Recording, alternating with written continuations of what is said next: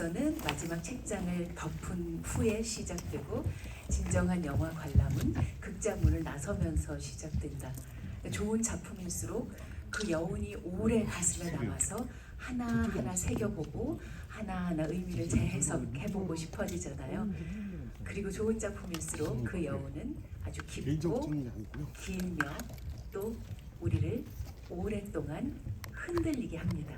바로 그런 작품을 오늘 여러분과 함께 얘기 나눌 수 있어서 행복한 마음으로 마이크를 잡았습니다. 안녕하십니까, 이금입니다. 인사드리겠습니다.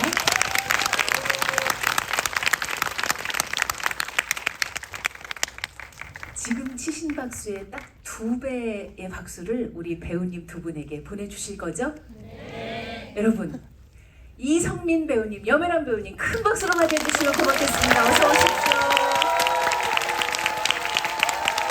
어서 오세요. 어서 오십시오. 앉으십시오. 예.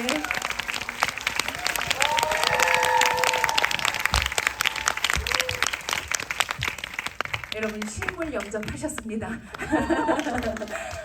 관객 중에는 눈에 익은 분도 계실 정도로 항상 GB를 하면 또 무대 인사를 하면 오시는 분도 계신다고 들었는데요. 그래도 오늘 이렇게 실물 영접 처음 하신 분들이 많을 터이니 인사부터 해주시면 어떨까요? 예, 반갑습니다. 이성민입니다.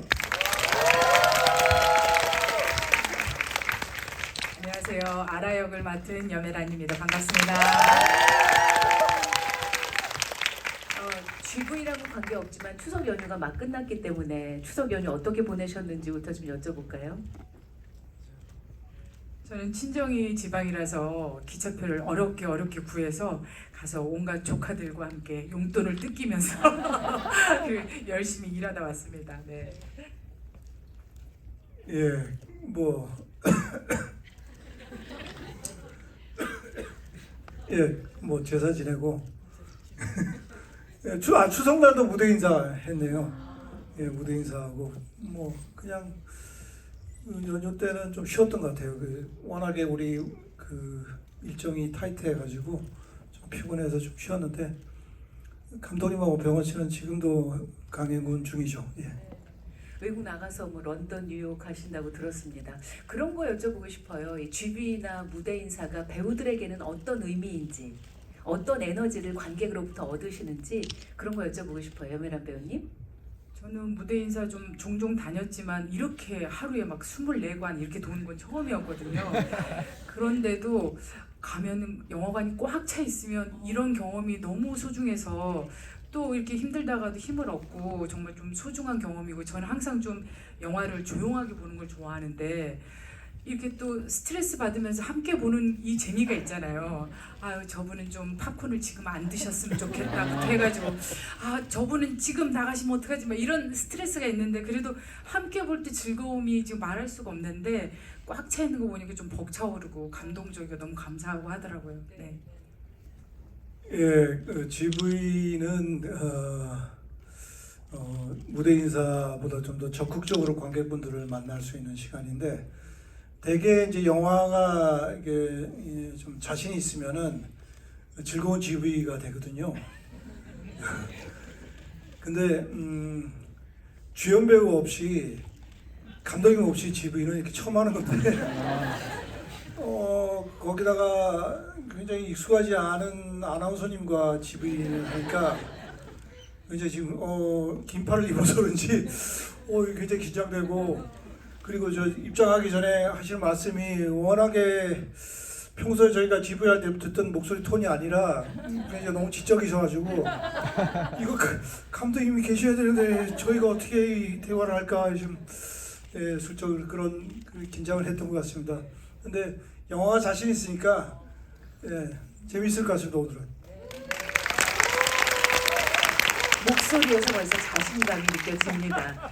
제가 오늘 여기서 마이크를 잡게 된 건 제가 진행하는 KBS 쿨 FM 사랑하기 좋은 날 이금입니다에 두 배우님이 출연을 하셨어요. 방송하는 시간도 좋았지만 광고 나가는 시간, 음악 나가는 시간에 우리가 쉬지 않고 셋이 영화 얘기를 너무 많이 나눈 거예요. 그래서 저희 제작진이 끝나고 도대체 무슨 얘기를 그렇게 쉬지 않고 하셨어요 할 정도로 그날 정말 좋은 기억을 가지고 있어서 제가 오늘 이렇게 마이크를 잡게 됐습니다. 참고로 그 아나운서님은 그 영화를 개봉하면은 모든 영화를 극장에서 다 보신답니다. 예, 엄청난 영화 뭐랄까 네 맞습니다. 팬이시고 네. 특히 유독 박찬욱 감독님의 팬이시고 정말요. 참고로 박찬욱 감독님의 복수는 나의 것에 출연도 하셨습니다. 네, 한번 찾아보시기 바랍니다. 관심 있는 분들은. 그러면 영화 캐스팅 당시로 필름을 좀 거슬러 올라가 보겠습니다. 이성민 배우님은 처음 시나리오를 읽을 때 내가 무슨 역할인지 모르고 읽다가 범모네 하셨다면서요. 네, 처음에 역할이 제 기억에 대본에 되게 이렇게 적혀오는데 적혀오지 않았던 것 같아요. 그 읽으면서 만수 캐릭터가 등장하는데 만수가 난가? 하고 읽다가 많이 나오는데? 설마 하는데 범모가 등장하더라고요. 범모가 난가 보다. 그렇게 읽었던 기억이 납니다. 그렇게 느꼈던 이유가 있었을 것 같아요. 내가 범모네. 제가 아직 감히 박찬욱의 주인공이 되기는 깜냥이 아니구나 그런 생각했던 것 같아요. 죄송합니다. 진짜였어요. 아마 그 범모의 그 뭐랄까 인간적인 면모들 그리고 사실 감정의 진폭이 제일 큰 사람을 저는 범모라고 보는데요. 그게 바로 나구나 하고 느끼게 했던 계기가 아닐까 싶어요. 그런 건 아니었고요. 비중상으로 범모 정도가 적당하구나 그런 생각했던 것 같아요. 혹시 T세요? 무슨 말이죠? 예. 네네 그런 말이 좀 있습니다. 예, 감성적인 F와 문제 저는 그 해결적인 테스트 안 해봤는데 주변에서는 저를 I라고 이야기했던 것 같아요. I일 것 같아요. 네. 왠지 I의 T일 것 같은. 나중에 한번 자세한 얘기 나누도록 하죠. 네네. 여면한 배우님은 T세요, F세요? 갑자기 이걸 여쭤보게 되네요. 저도 약간 중간이더라고요. 네, 네네. 뭐 49% 51% 막 이렇게 나오는데 네네. 그래도 선배님보다는 F인 것 같고 저도 대본 받았을 때 다 읽고 나서 저희 이제 회사 분들한테 아라가 맞아요? 제가 아라 역 맞냐고 계속 물어봤었어요. 그때만 해도 이제 지문이나 어떤 것들이 굉장히 좀 관능적이고 관능미도 있고 약간 태페미도 있으면서 뭔가 그런 인물을 그리고 있었어요. 지문애가. 그래서 이거를 저한테 하셨을 리가 없는데 그래서 감독님 만나서 여러 질문들을 했었어요. 특히 이제 기억에 남는 게 이병헌 선배님 이모로 보일 것 같다 제가 그런 얘기들을 했었어요. 그렇게 이제 농담 반 진담 반으로 워낙 이렇게 이모님 말씀. 전문 배우라서 네. 그런 얘기를 했더니 이제 감독님이 그건 우리 제작진이 고민할 바다. 그런 거는 우리가 할 수 있는 고민이니까 그런 건 고민 안 해도 된다. 이렇게 멋있게 말씀해 주셔가지고 그리고 이제 나중에 들으니까 초고를 쓰셨던 이경미 감독님께서는 아라 역을 처음에는 약간 통통한 인물로 생각하셨대요. 통통한 인물로 생각하셨고 무조건 연극 배우인 사람이 했으면 좋겠다. 이런 얘기를 하셨더랬어요. 그래서 제가 너무 지문이나 이런 것들에 매여 있었나 이런 생각도 들고 과정 중에 좀 더 저랑 닮은 부분이 어떤 부분이 있을까 하면서 연기했던 것 같아요. 네. 그래서 어떤 부분이 있던가요? 닮은 부분. 저는 그 소위 말하는 배우 같다라는 인물은 아니었거든요. 그러니까 저는 그냥 화장을 지우고 촬영 현장이 아니면 그냥 생활인에 가까워요. 그냥 육아를 하고 살림을 살고 이런 평범함이 주는 또 그걸로 또 많이 연기하던 사람인데 그런 평범함과는 조금 다른 결의 사람이었어요. 이 사람은 낭만이 있고 그 바람을 햇볕에 쌈 싸먹으라고 얘기하는 여잔데 그 낭만과 사랑이 있는 좀 일상과는 다른 결을 사는 여자처럼 보여서 저랑은 좀 다른 사람이라고. 불륜이죠, 사랑이 아니라. 범모 망상했습니다. 예. 네. 그래서 좀 다른 결을 가진 사람이라고 생각했는데 저도 그런 사람이긴 하거든요. 그걸 내뱉고 있지는 않지만 그걸 글로 쓴다든지 그런 감성을 아는 사람인데 자꾸 이제 제가 지금 생활인을 하고 있다는 거를 이제 너무 부각되고 그러니까 그렇지 제 안에 없는 결이 아닌데 그래서 그걸 찾아가는 과정이어서 저한테는 또 의미 있는 작업이었어요. 네. 여기서 그 영화를 좋아하는 한 사람으로서 그리고 배우님 찐팬의 한 사람으로서 왜 본인에게 관능미와 고혹이 없다고 생각하셨어요? 아니 그런 건 조금 숨겨놓고 있었죠. 없다기보다도. 아. 네. 왜 비웃으시는 거예요?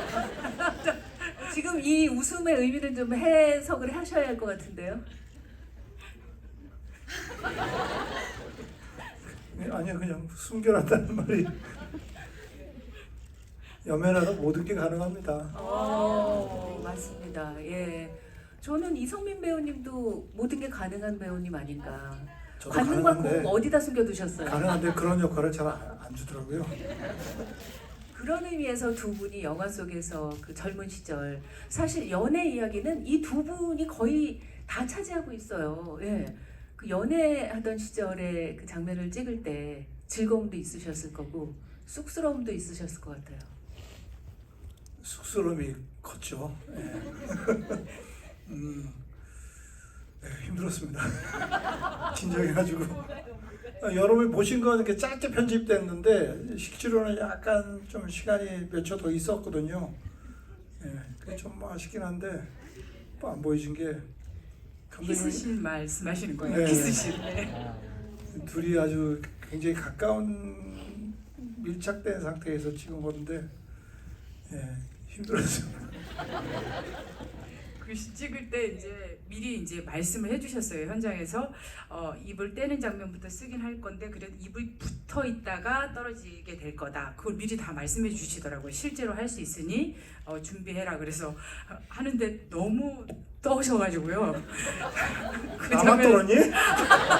저도 떨었지만 이렇게 입술을 만지면서 아라씨 입술은 옷감부터 습자지보다 그걸 해야 되는데 손이 너무 떨리시는 거예요. 너무 떨려서 안 되겠다. 여기 좀 잡고 해야 되겠다. 그래서 여기를 잡고 이렇게 만지셨던 기억이 나요. 그러고 이제 그 장면도 잘 나오진 않았지만 그 아주 디테일하게 감독님 작업은 누가 먼저 입술을 갖다 댈 거냐도 얘기를 했거든요. 그래서 그냥 둘이 이런 아무래도 여기서는 내가 이 범모의 모습 너무 반했을 것 같다. 그래서 내가 입술에 다가갈 것 같다. 그래서 제가 다가가는 걸로 버전을 또 찍고 뭐 그렇게 아주 디테일하게 나오진 않았어도 아주 디테일하게 그 찍었던 기억이 나고 그 과거 장면이 그 DI를 하시는데 굉장히 애를 쓰셨다고 하더라고요. 좀 더 통통하게도 해볼까? 좀 더 살을 빼볼까? 이렇게 엄청 공을 들이셨다고 네 하더라고요. 그 손을 떠셨던 부분은 해명이 필요해 보입니다, 배우님. 그런 연기를 해본 적이 별로 거의 없어서 예, 떨렸습니다. 늘 남자 배우들과 호흡을 맞아요. 맞추셔가지고 늘 여배우랑 권력의 찍는데 현장에 네, 계시고 네, 그랬잖아요. 야, 앞으로도 두 분이 그런 러브 씬이 있는 작품이 만약 같이 들어온다라고 한다면 해야죠, 당연히. 더 열심히 몸매를 가꿔서 어떻게든 도전을 해보고 싶습니다. 네.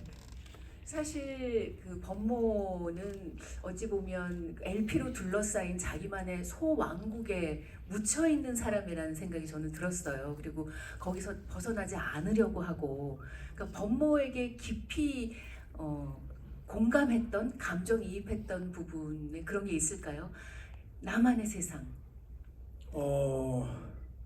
그런 지점은 저와 닮은 게 없어요. 예, 근데 그 범모의 대사 중에 그 25년 동안 종이를 만들었고 이거 아니면 나는 아무것도 할 수 없어 하는 말은 굉장히 좀 이해가 됐었던 것 같아요. 저 역시 마찬가지였었고 되게 이 영화를 보시고 뭐 그 정도까지 그 이병헌 씨가 살인까지 할 정도로 절박한가? 라고 뭐 질문을 하시는 분들이 있는데 물론 영화는 그 픽션이기 때문에 어떤 설정을 뭐랄까 좀 설정이 좀 과하다는 지점도 있긴 하지만 그 정도 일을 그런 신념을 가지고 일을 한 사람이라면은 예를 들어서 나 같은 경우에 저는 고등학교를 졸업하고 고등학교 때 이런 꿈을 가졌었고 이 일을 20살 때부터 평생 해왔단 말이에요. 과연 내가 지금쯤에서 이 일을 못하게 된다면은 뭐 극단적으로 어떤 사고를 당해서 내가 배우를 못한다면은 난 어떨까? 그런 상상을 했었어요. 물론 그 만수 같은 그런 결정은 하진 않겠지만 아마 깊은 방황을 할 거고 굉장히 힘들어할 것 같아요. 그래서 이건 단순히 직업을 잃는 문제가 아니고 재취업을 하는 문제가 아니라 그 아라의 말처럼 카페를 차리고 네가 실직에 대처하는 게 문제 하는 게 중요하잖아라는 게 사실 저는 이해가 잘 안 됐어요. 그 지점은 그런 문제가 아닌 것 같았어요. 이건 이익이다보다는 나의 실존에 대한 문제이기 때문에 그런 지점에 있어서 저는 본모를 충분히 이해하고 만수의 그 절박함을 충분히 좀 이해했던 것 같아요. 사실 아라로서는 그렇게 카페를 해, 뭐 너의 태도가 그랬지만 염혜란 배우는 사실 법모의 마음에 깊이 공감했을 것 같거든요. 저는 사실 그 아라의 말이 가장 저에게는 이제 단초가 되는 아주 중요한 말이었거든요. 근데 저라도 만약에 누군가 제 남편이 그렇게 실존에 가까운 실직을 했어도 그렇게 얘기할 것 같은 거예요. 제발 일이 너의 존재를 전부를 차지하는 만큼 중요한 건 알겠지만 그 일이 전부일 수는 없다 너에게.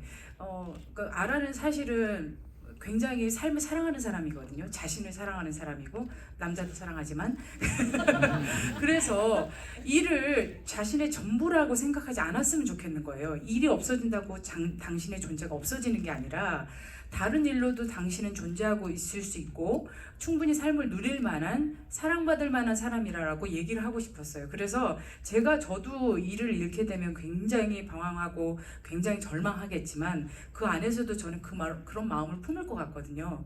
일이 나에게 굉장히 중요하지만 일이 없다고 내 존재가 없어지는 건 아니니 제발 다른 방법도 생각하고 자신을 사랑할 방법을 찾아라 라고 얘기할 것 같아서 저에게는 그 대사가 굉장히 중요했어요.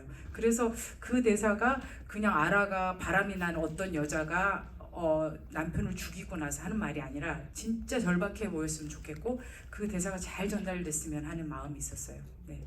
그래서 그놈을 그러니까 저는 그렇게 평소에 해야겠었냐? 잘하지 그랬어요.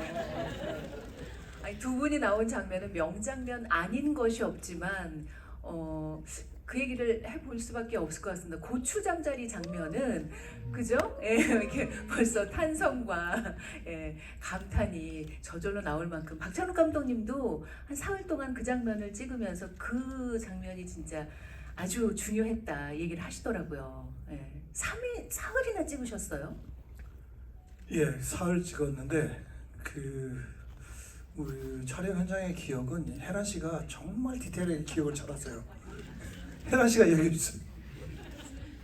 그거는 정말 시작을 선배님이 잘 열어주신 게 고추 잠자리가 결정되기 전이었어요. 그래서 이제 감독님은 그 음악을 틀어놓고 이거가 참 잘 어울릴 것 같지만 아직 결정되기 전이다.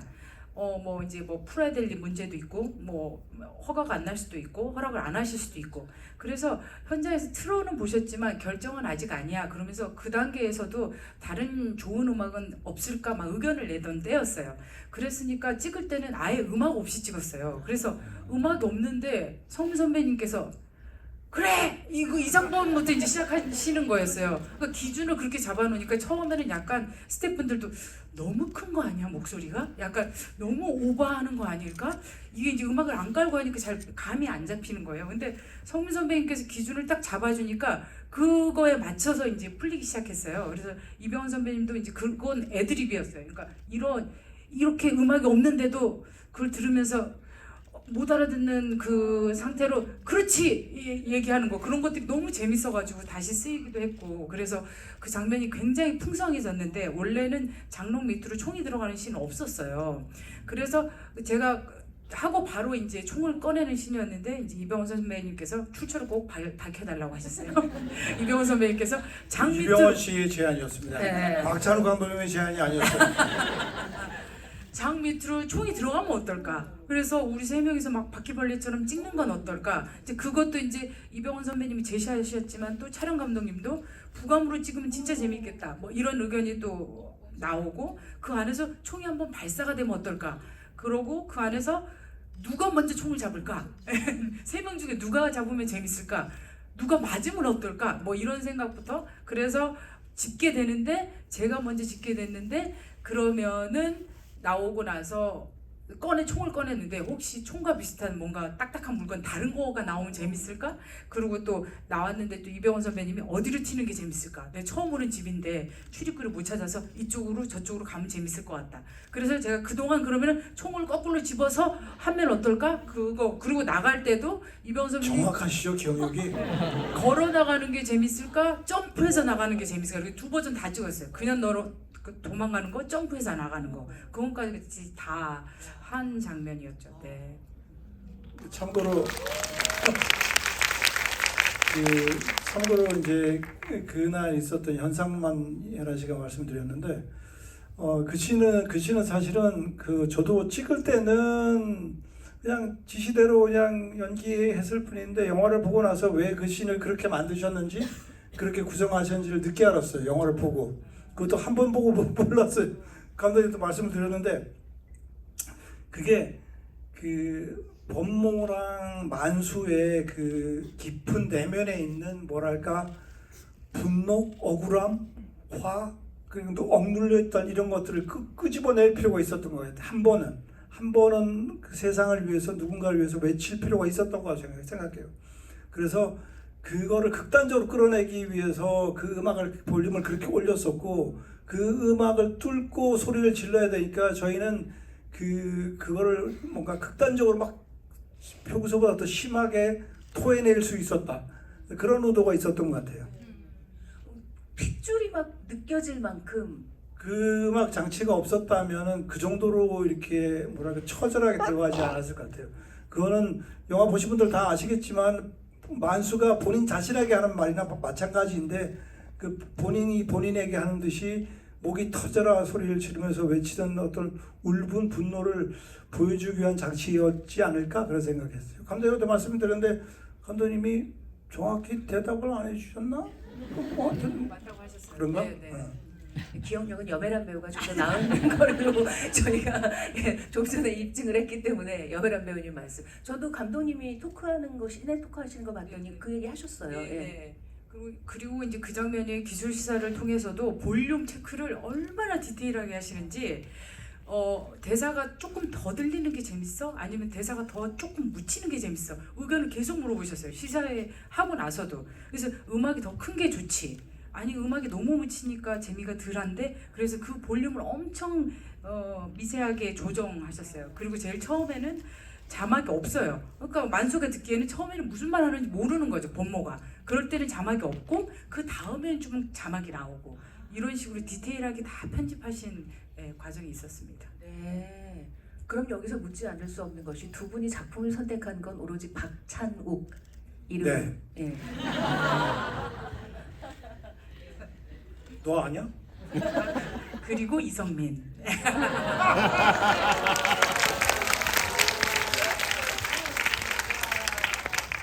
감독님은 외국에 계시니까 이제 그리고 이성민 부분을 좀 얘기를 해보겠습니다. 워낙 대학로 시절부터 두 분이 친분이 있으셨고 거의 어마어마한 연기를 한다는 건 대학로 사람들 다 알았고, 그렇죠? 예. 그러니까 대구에서 활동하시다가 그때 이상호 선생님께서 너무 잘하는 배우가 있어서 함께 서울로 올라왔다는 소문을 듣고 선배님의 공연을 많이 보러 다녔었죠. 근데 이제 막 친분이 있진 않고, 그리고 그 전에 소년심판에서 잠깐 뵀었고, 이번에 이제 찐으로 호흡을 나눴는데 정말 현장에서 많이 의지가 되고, 예. 그리고 연기에 대해서 저에게 한마디도 안 하셨어요. 사실은 거기서 조금 뭐 좀 기다려줄래, 아니면 네가 조금 이렇게 하면 내가 이렇게, 한마디도 안 하셨거든요. 근데 이제 같이 이제 무대에서 오래 섰던 사람이어서 그런지 몰라도 그냥 보는 걸로 저에게 에너지를 계속 전해주셨고, 이분과 함께 호흡하고 있다는 생각이 너무 들고, 그리고 어떤 장면에서 보면 제가 조금 연기 보면서도 아쉬웠던 장면, 제 연기에 대해서 아쉬웠던 장면을 선배님께서 다 그냥 채워주셔서 그나마 그 장면이 완성되는, 저는 모자라서도 선배님이 120% 채워주시니까 완성되는 느낌을 저는 받았거든요. 그래서 너무 감사한 지점이죠. 그냥 저 제 거 했는데. 진짜. 진짜. 혜란 씨가 너무 극찬하는데 저 그냥 제 거 했고, 혜란 씨는 뭐 워낙에 연기 잘하는 거는 벌써 저는 한 20년 전부터 알고 있었기 때문에 어느 날 슬슬 이렇게 빛이 나기 시작해서 지금은 거의 뭐 태양이 됐는데 앞으로 활활 타오를 거라고 기대하고 있고 뭐 제가 이런 마음속으로 생각했던 말이고 헤나 씨한테 한 번도 이야기를 안 했었는데 그 메릴 스트립 같은 배우가 되기를 정말 그렇잖아 맞네요. 아니냐? 정말 맞네요. 진심이야. 한국의 쇼펜. 맞아요. 그 자화자찬을 저희끼리. 아니에요. 이런 자리 아니면 또 하기가 쑥스러우시잖아요. 예. 오늘 저희 둘만 있다 저희 둘 질문 많은데 작품 이야기 하시죠. 아니 두 분의 얘기도 너무 좋죠, 여러분. 네. 그러니까 방금 뭐 이성민 배우님께서는 난 그냥 했던 걸 했을 뿐인데라고 말씀을 하시지만 제 생각은 이렇습니다. 이제 연기라는 게 잘 모르지만 관객으로서 볼 때 액션과 리액션이 있으면 많은 분들이 액션에 방점을 찍지만 저는 리액션에 방점을 찍어야 한다고 생각을 해요. 혼자 하는 게 아니잖아요. 에너지를 주고받는 거기 때문에 아마 말씀하신 것이 이성민 배우님의 그 리액션 부분이 나의 액션을 이끌어냈다 이 말씀 아닌가 저는 그렇게 이해했거든요. 예. 헤란 씨의 액션이 저의 리액션을 이끌어내는 거죠. 연기가 이렇게 뭐 이렇게 이런 데 오면 연기를 하기 위해서 뭘 준비했나요 하면 뭐 사실 답을 못 하겠어요. 내가 어떻게 연기하지 나도 잘 모르는데 이걸 어떻게 설명을 하지 하는데 이게 그래서 현장에서 굉장히 집중을 많이 하는 편이긴 해요. 현장에서 상대 배우와 아니면 뭐 현장의 환경과 이런 거에 집중해서 뭔가 이렇게 나도 모르게 발현되는 것들이 있는데 그래서 좋은 상대 배우를 만나면 그런 것들이 많이 얻어 걸려요. 헤란 씨를 만나서 작업하면서 생긴 장점이 그런 거라고 생각해요. 나도 모르게 생겨났던 그런 뭐랄까 그 아나운서님 말씀하시는 리액션들이 풍부해지는 게 그 상대 배우가 좋은 연기를 하니까 거기에 집중하다 보면은 나도 모르게 됐던 것들이 많아요. 그런 지점이 영화에도 많았던 것 같아요. 그런 의미에서 할리우드에서 쇼펜과 메릴 스트립은 서로 이제 같이 작품을 하지는 않았던 걸로 기억을 하는데요. 제가 뭐 과문한지 모르겠지만 앞으로 두 분이 계속해서 이렇게 작품마다 좀 러브 스토리를 쌓아가시면 어떨까. 네, 그냥 제안입니다. 그건 뭐 우리 기대고 어떻게 될지 모르죠. 근데 한 번은 좀 길게 한번 만나봤으면 좋겠어요, 혜란 씨랑. 기대하고 있겠습니다. 워낙 요즘 대사라가지고 여메란이 아라라는 인물은 뭐랄까요? 아까 말씀하신 것처럼 매우 현실적이지만 또 매우 이상적이기도 하고 파무파탈인데 파무파탈이지만 또 저는 범모를 진심으로 사랑했다고 봤거든요. 정말 복잡 미묘한 사람이잖아요. 여메란 배우가 생각한 아라는 어떤 인물이었나요? 아라는 이 작품에서 구조가 너무 재밌는 게 미리와 이렇게 병치되어 있는 부분이 굉장히 구조가 재밌었거든요. 그래서 아라가 연기하지 않은 다른 부분은 미리가 연기한 부분이라고 생각했어요. 그래서 한 줄기가 되게 그래서 저에게 만수가 알지 못하는 부분, 알지 못하는 이야기, 상상성에 존재하는 미리의 이야기를 아라를 통해서 본다라고 생각을 했거든요. 그래서 사실은 연기에서 나타나지 않는 아라의 과거나 아라의 현재는 또 미리를 통해서 투영된다라고 생각했어요. 테니스를 배운다거나 춤을 배운다거나 이런 지점이 비슷한 지점이 있다고 그래서 뭐 편집 과정에서 뭐 잘려나간 부분이지만 그런 부분을 연기하면 재밌겠다라는 생각이 있어서 저희 둘이 이제 범모를 죽이고 나서 애인이랑 춤추는 과정이 있어요. 그 과정에서 미리가 추는 춤이랑 비슷했으면 했었어요. 그래서 그 같이 배웠던 춤 선생님한테 둘이 커플로 추는 춤을 연습했어요. 그래서 춤을 추다가 마지막에 범모에겐 전부였던 그 종이를 제가 날리는 장면을 찍었는데 이제 앞부분이 날아가서 그러는 건데 미리와 공통점을 찾아서 연기하는 게 되게 재밌고 그 시나리오에 나와 있는 게 재밌었거든요. 그래서 옷도 감독님도 얘기하셨지만 옷도 똑같은 옷인데 색깔만 다른 옷, 빨간색, 파란색 그렇게 맞춘 부분도 있고 그래서 그 미리랑 같은 대사를 하는 것들 그런 것들이 또 재밌어서 그런 것도 꼼꼼히 조금 맞춰가면서 연기하자 더 똑같이 만들어보자 이런 얘기들을 많이 하시고 현장에서도 고치면서 나갔던 부분이 있어요. 저는 사실 아라는 그 후에 어떻게 살았을까요? 이 질문을 드리고 싶었는데 이미 답을 하신 셈이네요. 네, 그래서 어떤 분들이 말씀하실 땐 법모가 아니 만수가 이제 어떻게 됐을까라는 말을 했을 때 아라가 법모를 죽인 것처럼 미리가 만수를 물리적으로 죽이지는 않아도 정신적으로 뭐 영혼을 죽일 수도 있겠다. 이제 그냥 아라처럼 총 두 방으로 죽인 것처럼 남편을 이제 파멸로 할 수밖에 없겠다라는 약간 그런 느낌도 받더라고요. 저는 보면서. 네. 그렇게 또 연결이 될 수가 있네요. 네, 그런 것 같아요. 법모만 불쌍하네요. 제가 제일 울상하죠. 너무 불쌍해 정말. 진짜 사랑했거든요, 아라를. 그래서 저는 그러니까 정말 그 무너져 내리는 법모. 그러니까 그 장면을 보지 말았으면 그 법모. 그 떼굴떼굴 구르는 법모. 어떤 마음으로 연기하셨어요? 그거는 박찬욱 감독의 영화들이 그런 지점이 좀 있는 것 같아요. 복순의 나이 것 같은 경우도 이렇게 문고리 잡다 감전되는 것이 또 멀찍이 시간되는데 그 장면이 생각이 났어요. 그래서 그런 식이구나 상상을 하고 연기를 했었는데 역시나 카메라가 뒤로 쭉 빠지면서 갈 때 역시 박찬욱이구나 그런 생각을 했던 것 같아요. 그래서 영화를 하면서도 동작을 좀 더 크게 좀 역동적으로 굴러야지 하고 했는데 막상 촬영된 분량을 보니까 좀 더 과하게 했어도 되겠구나라는 생각이 들었는데 뭐 굉장히 저는 만족하고 그 지점이 감독님이 이 영화를 어떻게 바라봐야 되는지 관객에게 제시해 주는 그런 뭐랄까 상징적인 장면 같아요. 가까이서 아니라 좀 떨어져서 봐라. 그런 의미로 좀 해석하고 그 씬을 연기했었어요. 사실 뭐 이제 영화는 감독의 예술이다 이런 말도 있죠. 왜냐하면 배우들이 다양한 버전으로 연기를 했어도 그 중에 이제 선택은 감독이 하는 몫이니까. 근데 그 선이라는 건 배우가 만들어가는 것 같아요. 아까 이제 고추장저리 씬에서도 맨 처음 터트려준 게 법모였던 것처럼 그 선을 준비를 하시는 걸까요? 그 선이 참 중요할 것 같거든요. 여기까지 아니면 여기부터.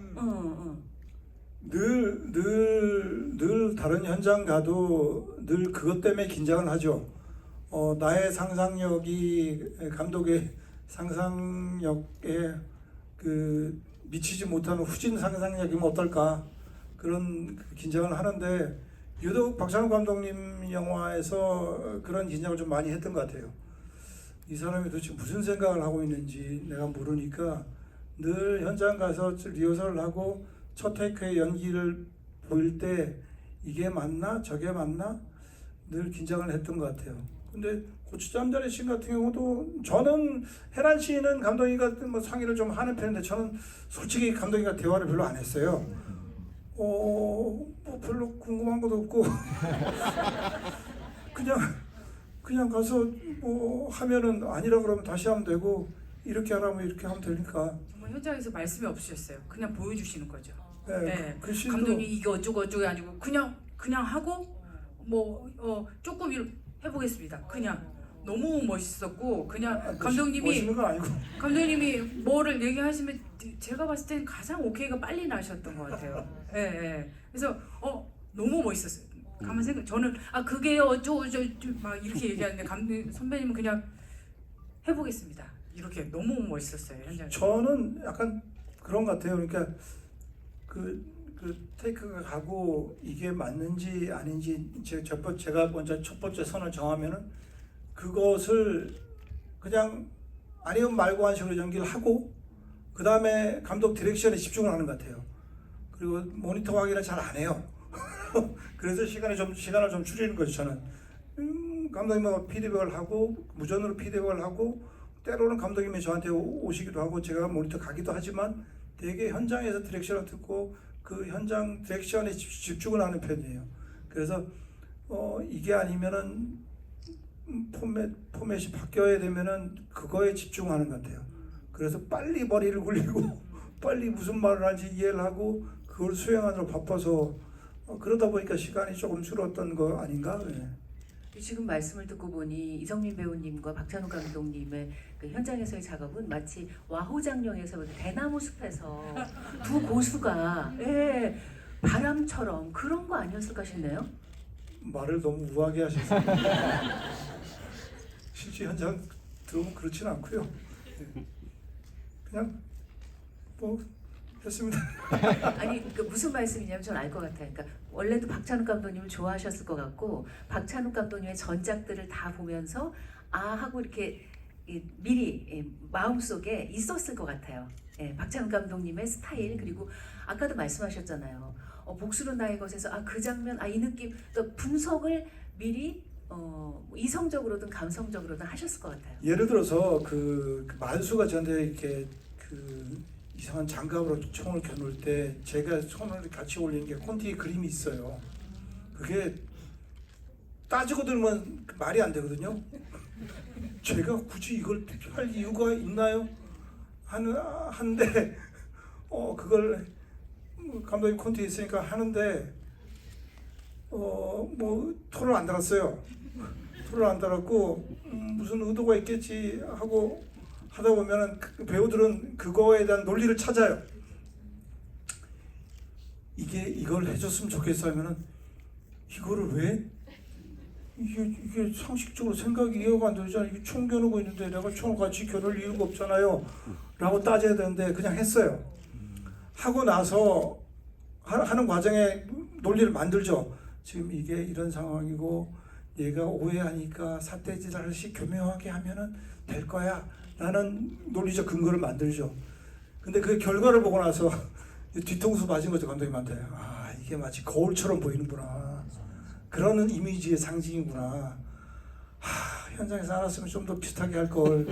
그런 후회를 했던 것 같은데 감독님의 그런 뭐 그러니까 독특한 시선, 독특한 뭐 콘티, 뭔가 뭐 맥주 잔을 마실 때 그 뭐 일그러진 얼굴 이런 것들을 봤을 때는 저 무슨 얘기하다 이렇게 되는지 모르겠는데 감독님은 무슨 좀 특별한 생각을 하시는 것 같아요. 그래서 적극적으로 감독님 의사에 반하지 않게 감독님을 쫓아갔던 기억이 납니다. 말이 꼬이는 것 같은데. 아닙니다. 저희 여러분 다 이해하셨죠? 예. 마찬가지로 염혜란 배우님도 박찬욱 감독님이기 때문에 미리 나는 이런 마음의 준비를 했다거나. 좀 시간이 좀 있었어 가지고 박찬욱 감독님이 쓰신 책 다 보긴 했지만 영화를 다시 찾아보고 결이 어떠신지 다시 봤는데 저는 다른 현장에서 감독님에 대해서 묻기도 했대요. 어떤 분이냐고 현장에서. 네 그렇게 물어보기도 하고 너무 겁이 나서 저한테 정보가 너무 없었어서 사실은 이제 처음 하는 감독님에 대해서는 항상 좀 두려움이 있거든요. 이게 아무래도 영화는 이제 감독님 색깔이 많이 드러나니까 이분이 어떤 색깔을 가지신 분인가, 어떻게 영화를 만드신 분인가 이제 그게 궁금해서 많이 찾아보기도 했고 이제 올드보이 뭐 금자씨 이런 것들 다시 보는데도 와 젊었을 때 느낌이랑 또 다르게 좋더라고요. 왜냐면 이제 그게 그 전에는 제가 잔인한 걸 못 보고 이래서 굉장히 힘들었는데 센 영화 같고 그런데 이게 나이 들고 다시 보니까 이게 굉장한 영화적인 상상력이고 상징이구나 이렇게 보니까 훨씬 영화가 풍부하고 재밌더라고요. 그래서 이게 몇 년 전에 봤을 때랑 지금이랑 다르구나 이러면서 약간 어쩔 수가 없다도 제가 자꾸 현실적인 리얼리티를 찾고 현실적인 개연성을 찾고가 아니라 영화적인 장치지, 영화적인 상상력이지 이게 어디 경기도 과천쯤에서 일어나는 일이 아니지. 이거는 감독님이 만들어 놓은 어떤 지도에 있는 가상의 공간이지. 자꾸 이렇게 생각이 드니까 훨씬 더 재밌고 풍부해지더라고요. 그래서 약간 보시는 분들도 그렇게 생각이 들면 어떨까. 왜냐면 한국 분들은 사실은 그게 그냥 떠오르거든요. 경기 택시를 보는 순간 저기가 어디쯤일까? 과천일까? 하남일까? 광주 정도 되겠지? 약간 이렇게 생각이 들거든요. 저도 그랬고. 근데 그걸 그냥 온통 그냥 가상이 박찬욱 감독님 그려놓은 어떤 가상의 지도라고 생각합니다. 네. 그렇게 생각하시면 훨씬 더 그냥 재밌는 거리로 볼 수 있지 않을까 이런 생각이 좀 들었어요. 야, 우리 감독님 안 계시니까 말 진짜 많이 한다 그죠? 예, 저는 두 분의 그 마음의 준비라든가 뭐 셋업해 나가는, 디벨롭해 나가는 그 과정들을 들으면서 문득 자부심이 생겼습니다. 우리는 이성민, 염혜란 보유국에 살고 있다. 저희가 이 정도 말할 같으면은 이병헌은 얼마나 할 말이 많겠어요. 사실 이 자리가 저와 두 배우님만이 이야기하는 자리가 아니라는 것을 저는 잘 알고 있습니다. 관객들께서 굳이 오늘 이 연휴에 진짜 마지막 너무나 아까운 시간이거든요. 진짜 이 시간은 그 정말 황금 같은 연휴의 마지막 끝자락 이 시간에 여기 오신 건 두 배우님에게 직접 질문하고 싶은 내용이 있으셔서일 거라고 생각합니다. 맞나요? 네, 그러면 기회를 드리겠습니다. 손을 들어주시면, 네, 맨 먼저 들어주셔서요. 맨 앞에 계시는 분께 마이크를 전달해 드릴까요? 아니면 네네, 마이크 전달해 드리겠습니다. 간단한 자기소개와 길지 않은 질문. 아니, 그러니까 뭐 예를 들면 몇 살 누군다 이런 게 아니라요. 뭐 예를 들면 저는 어쩔 수가 없다를 5번 본 관객입니다. 이런 거 있잖아요. 예. 네, 저는 지금 어쩔 수가 없다 무대 인사를 따라다니면서 추석 연휴를 같이 보내고 있는 팬이고요. 네. 우선 범봉 아라의 찐사랑 커플을 너무 응원하는 그런 팬입니다. 네. 제 질문은 약간 영화보다는 조금 외적인 질문이 될 수 있을 것 같은데, 어쨌든 배우님들이 어떤 캐릭터를 맡으시기 위해서 뭐 감독님의 픽으로 인해서 역할이 들어오는 경우도 있지만 어떤 역할에 욕심이 나서 내가 그 역할을 위해서 뭔가를 더 노력을 하는 경우도 있을 것 같은데, 그 영화 속의 만수처럼 내가 이 역할을 어떤 역할을 욕심나는 역할을 위해서 내가 이렇게까지 노력을 해봤다, 내가 이렇게까지 치열하게 한번 내가 그걸 가져오기 위해서 쟁취하기 위해서 노력을 해봤다, 이런 경험과 혹시 사례가 있으신지 그게 좀 궁금합니다. 저는 그런 경우는 잘 없고요. 처음에 대학로에서 연극할 때 9970이라는 영화 PD님이 네네. 공연을 보시고 그 뒤풀이 자리에서 문득 그 얘기를 하셨던 기억이 나요. 이런 역할이 있는데 그래가지고 살을 빼면 시켜주겠다 했던 것 같아요. 그래가지고 살을 뺐던 기억은 나요. 그게 초창기 때 영화 할 텐데, 그때 살 빼는 요령을 몰라가지고 무조건 굶었다가 탈모고 그랬던 기억이 나요. 그 외에는 어떤 역할을 하기 위해서 뭘 하거나, 그러니까 캐스팅이 되고 그런 노력을 하지 어떤 역할을 하기 위해서 막 애를 썼던 기억은 별로 없는 것 같아요. 제 기억이 맞는다면 9970에서는 그 헤어스타일이 매우 네네. 예, 가발이었습니다. 네네. 약간 하베르마르댐 같은 그런 느낌의 네, 그런 헤어스타일이 기억이 나는군요. 염혜란 배우님은 질문에 답을 하신다면? 저도 뭐 작품마다 좀 다르긴 한데, 이번에는 좀 이렇게 제가 처음에 왜 아라를 저한테 하셨어요 했을 때 느껴졌던 이 여자의 그냥 막 나오는 원초적이고 성적인 매력, 이런 것들이 좀 있었으면 했었어요. 그래서 이제 저 안에 그런 게 있는지 계속 찾아보면서 굉장히 좀 비슷한 캐릭터를 많이 찾아봤던 것 같아요. 그런 영화들 엄청나게 찾아본 것 같고, 그리고 그 아라가 하는 대사 중에 이제 그 연극 대사를 외우는 게 있어요. 그런데 이제 감독님이 말씀해 주신 건, 이 여자는 연기를 잘하는 사람이 아니다. 굉장히 옛날 연기를 하는 사람이다. 그래서 옛날 연기를 해서 현재 캐스팅이 잘 안 되는 사람이다. 그래서 계속 오디션에 떨어지는 사람이다 라는 얘기를 했었어요. 근데 저는 창작극만 했었어가지고 그 어떤 그 구식 연기 같은, 말하자면 전형화된 어떤 연극 연기라고 대극장 연기, 그런 거를 옛날 연기. 예. 그래서 그 연기에 대해서 생각해 보느라고 이제 그 제가 읽고 있는 희곡이 최고의 남편이라는 희곡이에요. 그것도 이제 그 오스카 와일드의 작품 희곡집의 하나인데, 그 중에 가장 좋은 대사를 찾기 위해서 희곡을 여러 개를 읽어봤어요. 최고의 남편이라고 말씀하셨지만 더 좋은 대사가 있지는 않을까 싶어서 다른 희곡집도 다 찾아보고, 그리고 최고의 남편 중에서도 어떤 대사를 정해주시진 않았어요. 근데 다 읽으면서 어떤 게 우리 상황에 가장 비슷하고 좋을까 생각해서 대사를 여러 개를 준비해 갔던 기억이 나요. 감독님, 제가 뽑은 대사는 이러이러합니다.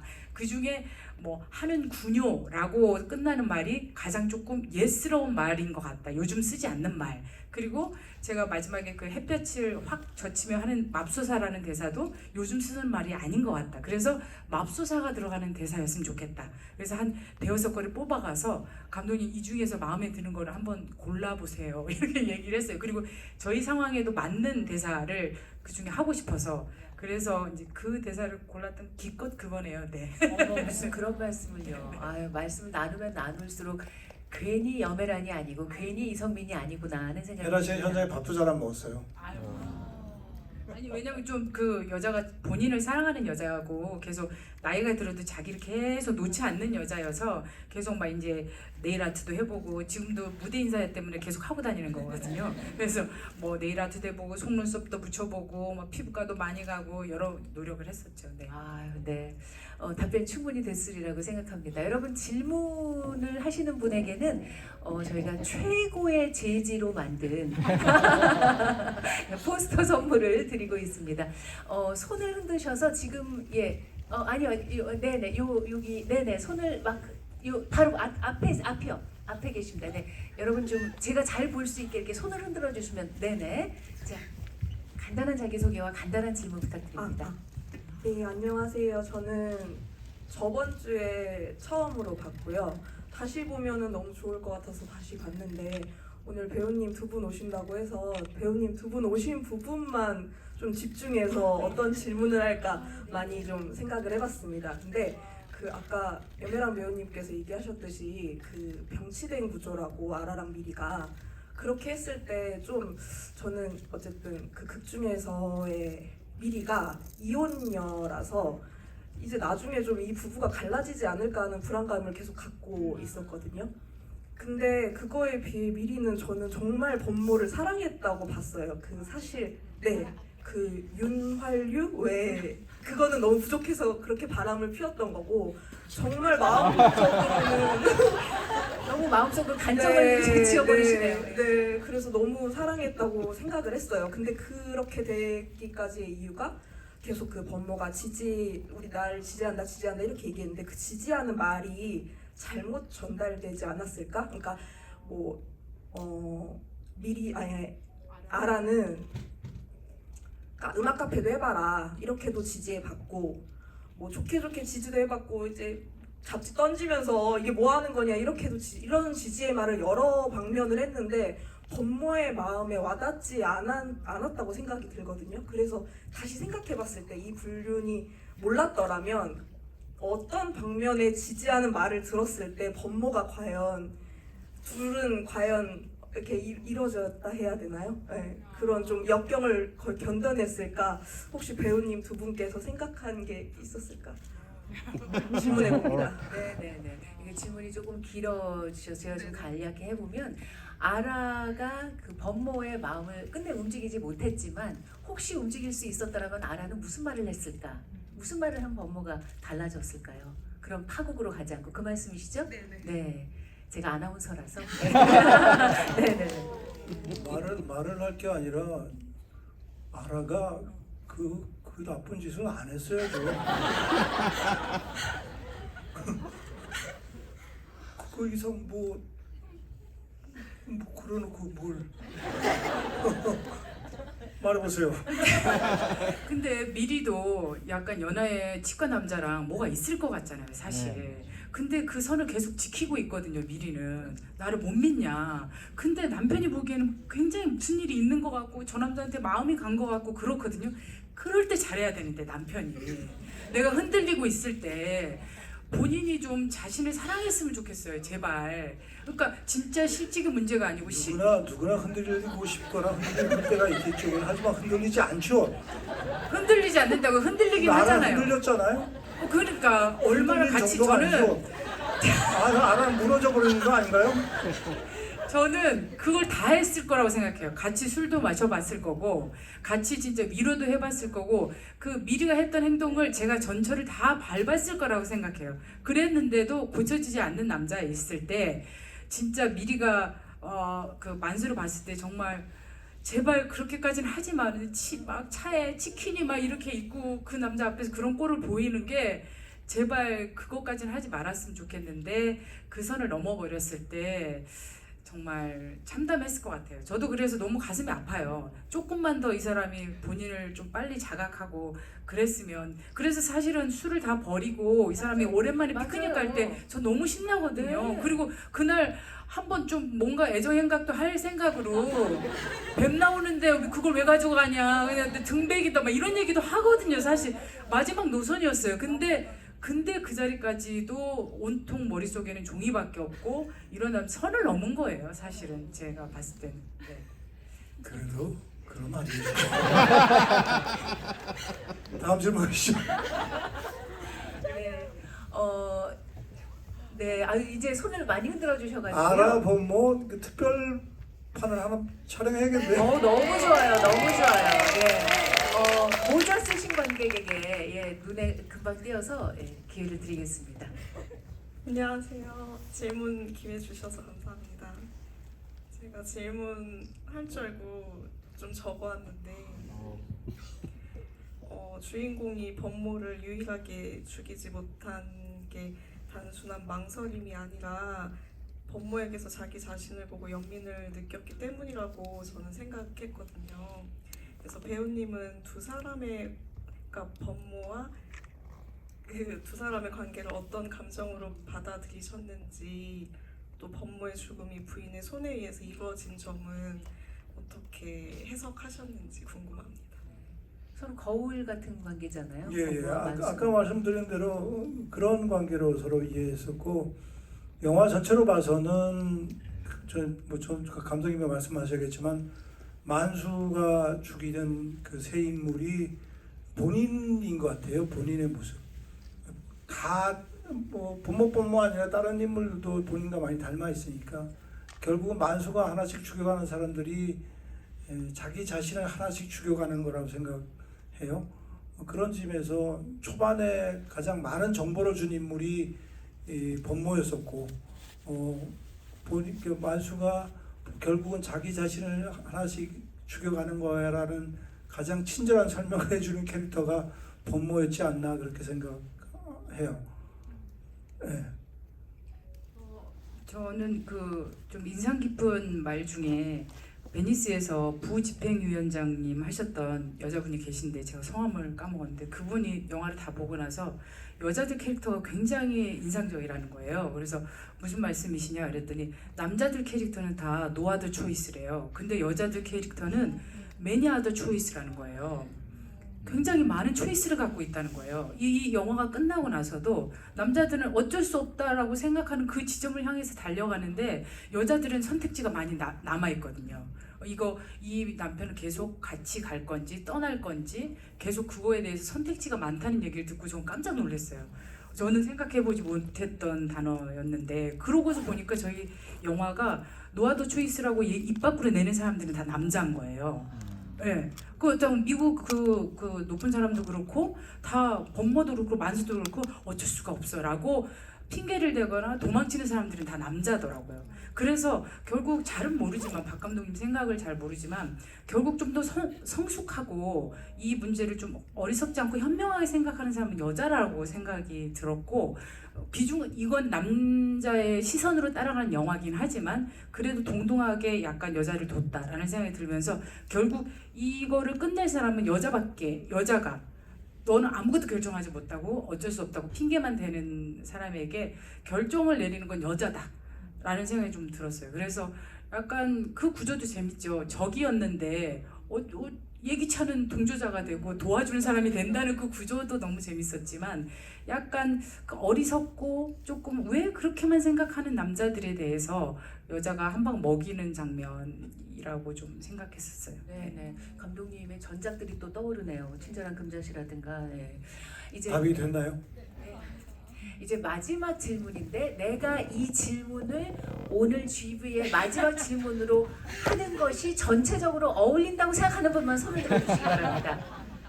자, 남자분이시죠? 예, 거의 일어나셔서 손을 드셨기 때문에 마지막 질문의 기회를 드리겠습니다. 다른 분들 죄송합니다. 감사합니다. 저는 오늘 사실 영화는 전혀 뭔지 모르고 왔어요. 와이프가 보자고 해서 왔고 그냥 낮에 골든타임 보다가 왔어요. 드라마. 그래서 그냥 너무 낯설지가 않았어요. 근데